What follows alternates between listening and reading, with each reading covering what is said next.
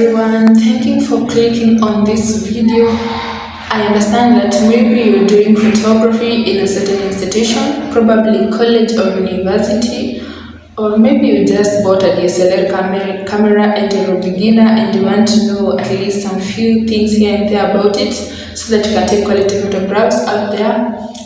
Welcome.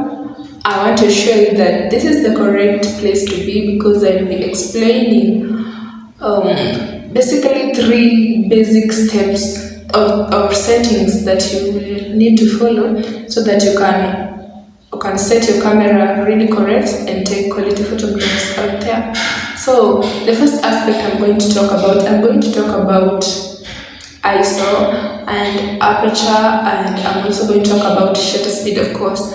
Today I'm going to dwell on those 3.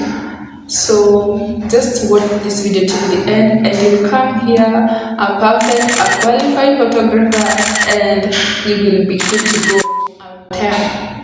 So first of all, I'm going to begin with ISO. So what is ISO?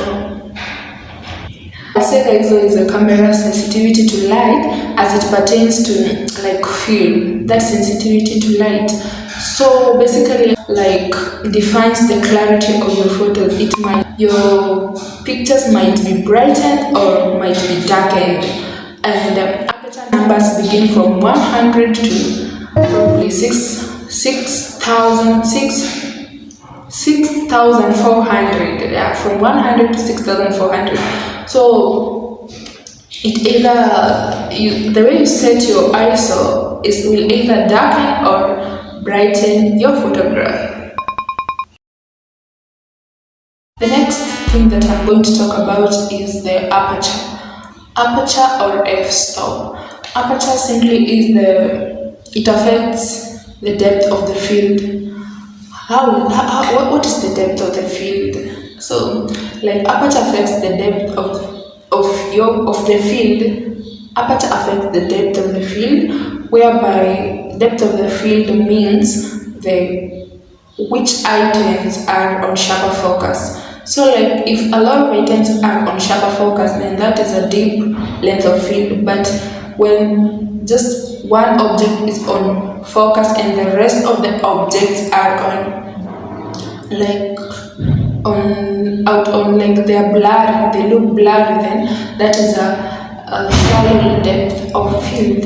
Aperture is symbolized by the f-stop number, whereby the larger the f-stop number, the smaller the aperture, and the bigger the f-stop number, the bigger the aperture, and that bigger aperture allows in more light, hence leading to a shallow depth of field, and bigger aperture, which is the smallest f-stop number, leads to a deeper length of field.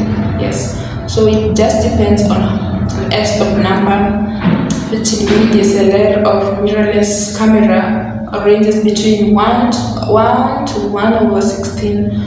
Yes, and so that is all about f-stop.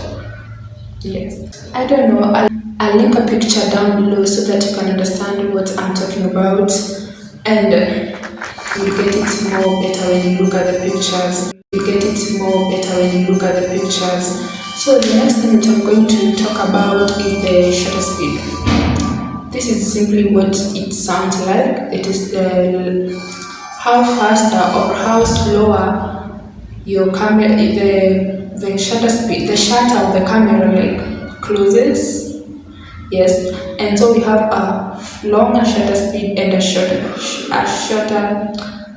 shutter speed. And another thing is that shutter speed can be used to when you're in dark environment, you can just put a slower shutter speed so that you can be in a brighter environment. I'm going to link pictures below so that if what I'm talking is not making sense, you can just refer, and I'm assuring you that you will get everything that I'm saying.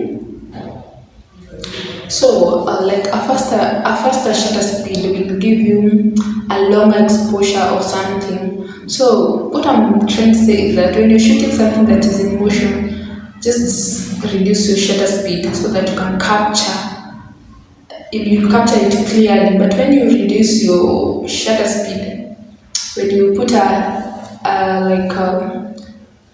bigger shutter speed, which means that you'll have a longer exposure. So longer shutter speed cannot take moving objects because they will simply appear blurry, or anything or something like that. They'll appear blurry, and so you need to use a lower number of shutter speed when taking a moving object. Let's say, for example, you're in a park or